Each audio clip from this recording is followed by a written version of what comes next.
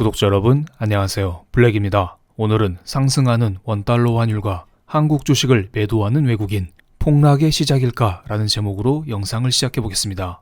팬데믹 이후에 한국 증시는 꾸준히 상승하는 모습을 보여줬습니다. 하지만 8월, 9월, 10월 3개월간 한국 증시는 조금 좋지 않았죠. 그런데 11월부터 갑자기 한국 증시는 상승하기 시작했습니다. 그 이유는 바로 외국인 때문이었습니다. 달러의 가치를 나타내는 달러 인덱스를 잠깐 보면 달러 인덱스 역시 8월, 9월, 10월 3개월간 꾸준히 상승하다가 11월부터 갑자기 하락했습니다. 즉 11월부터 달러의 가치가 하락했다. 외국인 입장에서 달러를 들고 있으면 손해이기 때문에 달러를 팔고 원화를 사서 한국 주식을 샀던 것입니다. 그래서 11월 한 달 동안 코스피 지수에 외국인이 5조 원 정도 들어왔습니다. 그런데 최근 수급을 보면 약간 이상합니다. 외국인은 11월 30일에 2조 4천억 원 순매도했고 그 이후 12월 10일에는 1조 3천억 정도 순매도했습니다. 이제 외국인은 더 이상 한국 주식을 매수하지 않는 것일까요? 이제 코리아 바이는 끝났고 코리아 바이가 시작되는 걸까요? 첫 번째 바이는 사다의 바이고 두 번째 바이는 안녕할 때 바이입니다. 외국인 순매도가 많이 나왔을 때 달러 인덱스를 살펴보겠습니다. 2.4조 원의 순매도가 나왔을 때 달러 인덱스는 일시적으로 상승했고 1.3조의 순매도가 나왔을 때 역시 달러 인덱스가 일시적으로 상승하는 모습을 보여줬습니다. 물론 2.4조의 순매도 당시에는 MSCI 리밸런싱 이슈도 있었습니다. 어쨌든 최근에 달러 인덱스가 추세적으로 하락하면서도 조금씩 상승하는 모습을 보여주고 있습니다. 그래서 원달러 환율 역시 1180원 이 아래로 내려가지 못하고 지금 1190원 이로 올라오는 모습을 보여주고 있습니다. 달러가 상승하면서 상대적으로 원화 대비 달러의 매력이 부각되면서 외국인은 조금씩 자산을 이동하고 있는 것이다. 이렇게 볼 수도 있겠네요. 그런데 잘 생각해 보시면 외국인은 11월 한 달 동안 5조 원 정도 한국 주식을 순매수했습니다. 그리고 지금 여기에서 2조 원 정도 순매도했을 뿐입니다.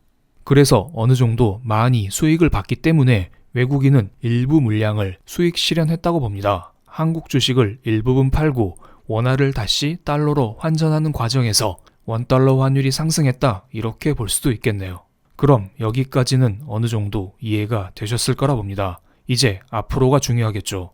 앞으로 원달러 환율이 지속적으로 상승하면서 외국인이 한국 주식을 팔 만한 이슈가 있을까요? 외국인이 지금 슬슬 떠나고 있는데 앞으로 무언가 악재에 대비해서 미리 외국인이 조금씩 파는 건 아닐까요? 이런 생각을 많이들 하실 거라 봅니다. 그래서 제가 이번 주 외국인 매도를 부를 수 있는 악재 3가지를 정리해 드리겠습니다. 첫 번째는 노딜 브렉시트입니다. 지금 영국과 EU 사이에 브렉시트에 관련해서 협상을 진행 중입니다. 협상 시한은 연기되어서 12월 13일까지로 가네요. 그런데 협상이 잘 진행되고 있지 않습니다. 영국의 보리스 존슨 총리는 기업과 시민들이 노딜 결과에 대비해야 할 시간이다 이렇게 말했습니다. 또한 EU에서도 노딜 상황이 발생할 경우를 대비한 비상조치를 제안했습니다. 다가오는 13일에 노딜 브렉시트가 정해지든지 아니면 협상 시한이 연기되든지 이런 식의 흐름이 나올 거라 보고 있습니다. 노딜 브렉시트가 발생하면 영국 경제에 어느 정도 타격이 있을 수밖에 없습니다. 그래서 10월부터 지금까지 협상을 진행해온 과정에서 영국 파운드화의 환율을 보겠습니다. 10월부터 지금까지 어느 정도 협상은 잘 진행이 되었습니다. 그래서 협상이 잘 진행될 거다, 영국의 경제가 괜찮을 거다, 이런 전망 속에 영국의 파운드화가 강세를 보였던 것은 사실입니다. 하지만 최근 들어 협상의 불확실성이 커지면서 영국의 파운드화가 뚝 떨어지고 있습니다. 만약에 브렉시트 협상이 결렬이 된다면 파운드화는 더더욱 떨어질 가능성이 크겠네요. 그래서 지금의 파운드화 약세는 상대적인 달러의 강세를 불러오고 있고 달러는 안전자산이기 때문에 사람들의 안전자산 선호 현상을 말하고 있습니다. 그래서 이러한 악재에 대비해서 외국인이 어느 정도 한국 주식을 매도하고 있다 이렇게 생각할 수도 있겠습니다. 두 번째 악재를 차근차근 보겠습니다. 지난번 미국의 부진한 고용 보고서뿐만 아니라 지난주 목요일에 발표된 미국의 주간 신규 실업 수당 청구 건수가 매우 좋지 않았습니다. 팬데믹 이후에 꾸준히 감소해오던 미국의 실업 수당 청구 건수는 갑자기 증가하면서 85만 건 이상으로 올라갔습니다. 그래서 더더욱 경기 부양책 합의가 절실한데요.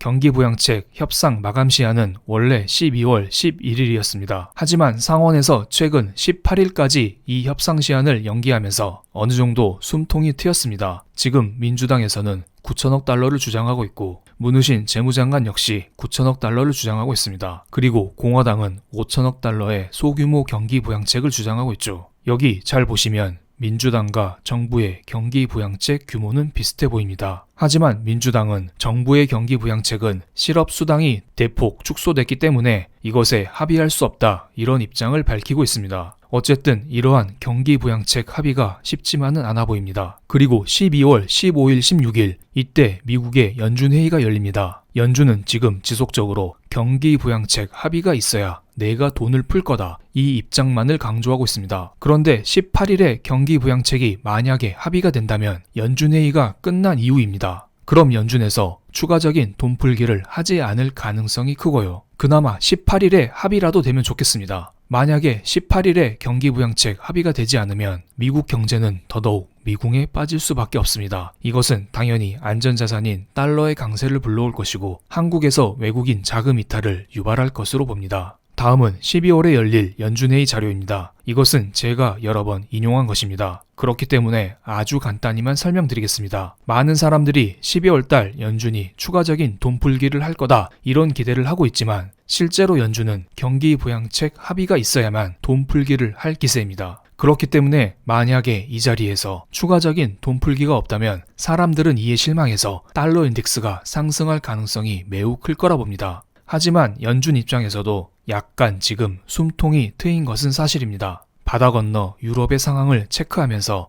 계속 설명을 드리겠습니다. 최근 유럽에서 ECB 통화정책회의가 있었습니다. 이 자리에서 ECB는 기준금리를 0%로 동결하고 팬데믹 긴급 매입 프로그램 규모를 기존에서 5천억 유로 증가된 1조 8,500억 유로로 발표했습니다. 그리고 채권 매입 기간도 내년 6월에서 최소한 2022년 3월까지 대략 9개월 정도 연장했습니다. 이것은 당연히 호재입니다. 유럽에서 돈을 더 풀겠다고 하잖아요. 하지만 시장 예상은 부합하거나 약간 실망했다고 평가했습니다. 지금 유럽 경제가 안 좋기 때문에 이 정도는 당연히 풀어야 된다. 어떤 사람은 이것보다 더 풀 것을 기대했다, 이렇게 생각할 수도 있습니다. 저는 ECB 통화정책회의를 통해서 다가올 연준회의를 어느 정도 예측할 수 있을 거라 봅니다. 유럽에서 먼저 추가적인 양적 완화를 발표했습니다. 그렇기 때문에 연준에서도 어느 정도 추가적인 양적 완화를 발표할 수 있는 공간이 생긴 셈입니다. 화폐라는 것은 상대적인 가치죠. 유럽에서 돈을 어느 정도 뿌렸으니 미국도 돈을 뿌릴 수 있는 여유가 조금 생긴 거라 보시면 됩니다. 하지만 저는 신이 아닙니다. 그렇기 때문에 연준회의 결과를 감히 예측할 수 없지만 연준에서 양적 완화 규모를 늘리지 않더라도 무언가 약간의 완화적인 정책을 해주지 않을까, 이런 기대는 조금 하고 있습니다. 그런데 ECB 통화정책회의를 보면 돈을 더 풀었음에도 불구하고 실망했던 사람이 나오잖아요. 연준도 마찬가지예요. 연준회의에서 무언가 완화적인 통화정책이 발표되어도 사람들은 실망할 가능성이 매우 큽니다. 그렇기 때문에 이에 대비해서 지금 달러 인덱스가 좀처럼 떨어지지 않고 튈 준비만 하고 있는 것이고요. 게다가 여기 보시면 EU에서 추가적인 정책을 발표했습니다. 700, 500억 유로의 경제회복 기금이 포함된 장기 예산안에 합의했다고 합니다. 지금 유럽은 코로나 때문에 나라가 박살이 났습니다. 특히 관광을 주로 삼던 이탈리아, 스페인, 그리스, 이런 나라들의 타격이 매우 심각한 상태입니다. 그래서 ECB에서는 이런 나라들에게 그냥 돈을 빌려주자, 특별한 규제 없이 돈을 빌려주자, 이런 말이 나오고 있습니다. 우리 97년 말 IMF 당시 IMF가 돈을 빌려주면서 한국에 여러 가지 규제를 가했잖아요. 구조조정을 해라, 기업들을 합병시켜라, 이러한 여러 가지 무리한 요구를 했었죠. 하지만 7,500억 유로의 경제회복기금은 대부분 보조금 형태로 지원되면서 이탈리아, 스페인 같은 나라들에게 큰 부담이 없는 것은 사실입니다. 어쨌든 이러한 경기 부양책이 합의되면서 지금 내년도 유럽 경제가 살아날 것이다, 이런 기대감이 팽배한 상태입니다. 유럽 경제가 살아난다는 기대감이 있기 때문에 지금 유로화가 점점 강세를 보이고 있고요. 이것은 달러 인덱스 하락 요인이죠. 그렇기 때문에 앞서 설명드린 세 가지 달러 인덱스 상승 요인과 추가적인 달러 인덱스 하락 요인이 싸우고 있다, 이렇게 보시면 됩니다. 그리고 지금 연준은 기본적으로 한 달에 1200억 달러의 국채와 MBS를 매입하고 있는 상태죠. 이건 역시 달러 인덱스 하락 요인입니다. 그래서 지금 달러의 하락 요인이 존재하고 있기 때문에 무조건 달러가 발작한다, 이렇게 섣부른 결론을 내리는 것은 금물이라 봅니다. 그런데 지금 외국인은 왜 계속해서 한국 주식을 팔고 있을까요? 앞서 설명드렸듯 일단 어느 정도 수익을 받기 때문에 일부 물량을 매도했다, 이렇게 볼 수 있고, 또한 앞서 설명드린 세 가지 악재가 있잖아요. 이러한 악재가 여전히 잔존하고 있기 때문에 이러한 악재가 해결되고, 즉 이벤트가 다 끝난 다음에 그때 다시 들어오겠다, 이런 생각을 가질 수도 있을 거라 봅니다. 제가 볼 때에는 12월 16일 연준회의가 매우 중요하고요. 그리고 저는 지금까지 달러 측면에서만 외국인의 순매수를 설명했습니다. 즉 지금 달러가 조금씩 상승하고 있는 구간이기 때문에 외국인은 한국 주식을 팔아서 달러로 환전해 간다, 이런 설명을 드려왔습니다. 하지만 달러가 아니라